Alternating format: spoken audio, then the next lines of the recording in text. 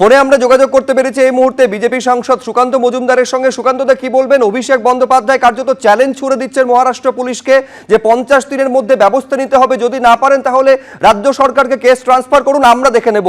এইটা সুনিশ্চিত করতে হবে মহারাষ্ট্র পুলিশকে, গ্রেফতার করলে হবে না, বেল যাতে না হয় সেটাও যেন সুনিশ্চিত করে মহারাষ্ট্র পুলিশ। সস্তা রাজনীতির পথে নেমেছে হচ্ছে অভিষেক বন্দ্যোপাধ্যায়। একটি রাজ্য সরকার অন্য একটি রাজ্য সরকারের সাথে কিভাবে কথা বলবে তার নির্দিষ্ট প্রোটোকল আছে, তার পদ্ধতি আছে। প্রথম কথা হচ্ছে অভিষেক বন্দ্যোপাধ্যায় এই নিয়ে কিছুই বলার অধিকার রাখেন না, কারণ তিনি রাজ্য সরকারের পার্ট এবং পার্সেল নন। তো স্বাভাবিকভাবে তিনি বাজার গরম করার চেষ্টা করছেন। বাজার গরম করে কোনো লাভ হবে বলে মনে হয় না। পুরুলিয়াতে এর আগেও শূন্য হাতে ফিরেছিলেন, এবারও শূন্য হাতে ফিরবে। যে কোনো মৃত্যুই অত্যন্ত দুঃখজনক, কিন্তু আমাদের মাঝে মাঝে প্রশ্ন মাথায় জাগে, মনে আসে, যখন একটি মেয়ে, মাহাতো মেয়ে, উর্মি মেয়ে যখন ধর্ষিতা হয় তারই দলের বিধায়কের ড্রাইভারের হাতে বা তার কাছের লোকের কাছে, তখন তো অভিষেক বন্দ্যোপাধ্যায় পুরুলিয়ায় যান না। কেন এখন পুরুলিয়ায় গেছেন? কিন্তু একই সঙ্গে সুকান্তদা, বিজেপিকেও তার দায়িত্ব আজকে স্মরণ করিয়ে দিচ্ছেন অভিষেক বন্দ্যোপাধ্যায়। বলছেন পুরুলিয়ার যিনি সাংসদ রয়েছেন তিনি তো বিজেপির সাংসদ। এই যে তৃণমূল কংগ্রেস যতটা তৎপরতা দেখাচ্ছে, সমান তৎপরতা আপনাদের তরফে, আপনাদের দলের সাংসদের তরফেও দেখানো উচিত। মহারাষ্ট্রের মুখ্যমন্ত্রীর থেকে কেন্দ্রীয় স্বরাষ্ট্রমন্ত্রীর সঙ্গে যোগাযোগ করা উচিত আপনাদের। সমস্ত তৎপরতা হয়েছে। আমাদের বিজেপির দল গেছিল পরিবারের সাথে দেখা করতে, পুলিশ দেখা করেনি। আমি আমার কল রেকর্ড শেয়ার করতে পারি আপনাদের সাথে। গতকালই আমাদের পুরুলিয়ার সাংসদের সাথে আমার কথা হয়েছে এই ম্যাটার নিয়ে, এবং আমি তার সাথে কথা বলেছি, এবং সে আমাদের পার্টির রাজনৈতিক দল এবং সরকার এই দুয়ের সাথেই কথা বলছে যে যাতে যারা অপরাধী আছে সেই অপরাধীদের উপযুক্ত সাজা হয়।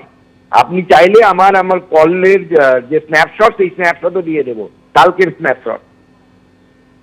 ধন্যবাদ সুকান্তদা।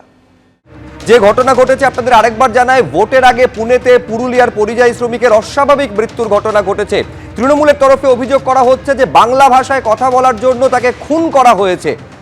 এই ঘটনা নিয়ে তুঙ্গে উঠেছে রাজনৈতিক তরজা। মৃত পরিযায়ী শ্রমিক সুখেন মাহাতোর বাড়ি আজকে পৌঁছন অভিষেক বন্দ্যোপাধ্যায়। সেই মুহূর্তের ছবি আপনারা দেখতে পাচ্ছেন। পরিবারের সদস্যদের সঙ্গে অভিষেক বন্দ্যোপাধ্যায় কথা বলেন এবং পাশে থাকার বার্তা দেন। কিছুক্ষণ আগে সাংবাদিকদের মুখোমুখি হয়েছিলেন অভিষেক বন্দ্যোপাধ্যায় এবং স্পষ্ট তিনি জানাচ্ছেন যাবতীয় যা আইনি সহযোগিতা প্রয়োজন তা করা হবে। এবার যারা এই ঘটনায় অভিযুক্ত এবং যারা দোষী তারা শুধু জেলে পাঠালেই হবে না, বেল যেন তারা না পেয়ে যায়, জামিন পেয়ে যেন বাইরে বেরিয়ে না আসতে পারে, সেইটা মহারাষ্ট্র পুলিশকে সুনিশ্চিত করতে হবে। একই সঙ্গে 50 দিনের মধ্যে যদি ব্যবস্থা নিতে না পারেন মহারাষ্ট্র পুলিশ, কেস ট্রান্সফার করা হোক, কার্যত চ্যালেঞ্জ ছুড়েছেন অভিষেক বন্দ্যোপাধ্যায়। অধীর রঞ্জন চৌধুরী কি বলছেন দেখুন। এখন সব বাঙালিকে বাংলাভাষী বলে কেউ মেরে দিচ্ছে কিনা আমার জানা নাই। আবার সব বাংলাভাষীর পুরো অত্যাচার হচ্ছে না এটা আমি বলবো না, তার মধ্যে কম বেশি হতে পারে কিছু। বাইরে গিয়ে খুন হয়ে যাওয়া মানে সে বাংলা ভাষী বলে খুন হলো, এরকম কোন একটা স্ট্যান্ডার্ড কোনো গাইডলাইন তো হতে পারে না। কি কারণে খুন হচ্ছে, পশ্চিমবঙ্গ সরকারের পুলিশ সেখানে যেতে পারে, পশ্চিমবঙ্গ সরকারের পুলিশকে পাঠানো হোক সেখানটায়, কারণ তারা পশ্চিমবঙ্গের লোক। যাক, তারা পশ্চিমবঙ্গের মুখ্যমন্ত্রী মহারাষ্ট্রের মুখ্যমন্ত্রীর সাথে কথা বলে জানুক, পশ্চিমবঙ্গের ডিজি মহারাষ্ট্রের ডিজির সাথে কথা বলে জানুক। সব কিছুতে একটা ইস্যু তৈরি করা হবে, কিন্তু সমস্যার সমাধান হবে না। এই ঘটনা নিয়ে ইতিমধ্যেই শুরু হয়ে গিয়েছে রাজনৈতিক চাপানুতর। দেখাতে চাইবো একেবারে পরিষদীয় মন্ত্রী রাজ্যের শোভনদেব চট্টোপাধ্যায় তিনি কি বলছেন, পাল্টা বিজেপির তরফে কি বলা হচ্ছে, পরপর দেখুন। এটা ভাবার কোনো কারণ নেই যে বিচ্ছিন্নভাবে কোনো ঘটনা ঘটছে। তা নাহলে এরকম কনস্ট্রাকটিভ ওয়েতে প্রত্যেকটা রাজ্যে, বিজেপি শাসিত রাজ্যে বাঙালিদের বাংলা ভাষায় কথা বলার জন্য মারা হচ্ছে। তার কারণ হচ্ছে ওরা চাই যে বাংলায় তার রিয়াকশান হোক। ওরা তাহলে 356 করবে এখানে, বাংলায় তার রিয়াকশান হোক। কিন্তু বাংলার মানুষ এইভাবে বড় হয় না, এখানে একসঙ্গে থেকে বড় হয়, একসঙ্গে চলে বড় হয়, মানে বন্ধুত্বের পরিবেশের মধ্যে বড় হয়। আমাদের রাজ্যে এটা হবে না, কিন্তু ওরা ইচ্ছাকৃতভাবে উড়িষ্যায়, অন্যান্য রাজ্যগুলোতে, এতেও হয়েছে, হরিয়ানাতেও হয়েছে। এই যে প্রত্যেকটা রাজ্যে হচ্ছে, মানে যাতে করে আমরা এখানে তার রিয়্যাক্ট করি, এখানে রিয়্যাক্ট করলে ওরা হস্তক্ষেপ দেয়, ওদের সুবিধা হবে। আসল উদ্দেশ্য এইটা, কিন্তু বাংলায় এটা হবে না।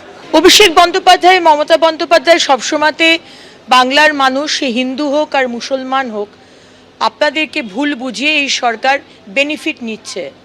ব্যবহার করছে আপনাদের, ভুল বুঝবেন না, ব্যবহৃত হবেন না। এই যে পুনের যে পরিযায়ী শ্রমিক বলা হচ্ছে, সেখান থেকে বলে দেওয়া হয়েছে যে এই পুরে শ্রমিক যার মৃত্যু হয়েছে মারামারি করে, মদ খেয়ে, মদ্যপ অবস্থায় মারামারি করে তার মৃত্যু হয়েছে, এসআইআর এর জন্য মৃত্যু হয়নি। কিন্তু বাংলার মানুষকে গুলিয়ে দেওয়া যাতে যায়, এসআইআর যাতে কোনোভাবেই এই প্রক্রিয়াকে বন্ধ করা যায়, কিন্তু আর বন্ধ হবে না, কারণ এখন এসআইআর শেষের দিকে, সেটাই করে এসেছেন।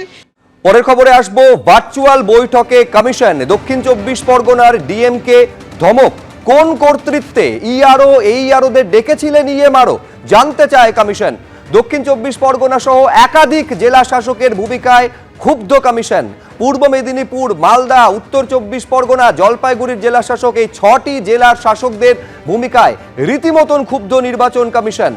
নথি আপলোডে বিলম্ব, কোচবিহারের জেলা শাসককে তিরস্কার করা হয়েছে বলে সূত্র মারফত জানা যাচ্ছে। পূর্ব বর্ধমানের জেলা শাসককে রাজনৈতিক বক্তব্য না দেওয়ার নির্দেশ দেওয়া হয়েছে বলে কমিশন সূত্রে খবর। এসআইআর শুনানি শেষের আগে বৈঠকে মুখ্য নির্বাচন কমিশনার জ্ঞানেশ কুমার, কমিশনের ভিডিও কনফারেন্সে ছিলেন রাজ্যের মুখ্য নির্বাচনী আধিকারিক।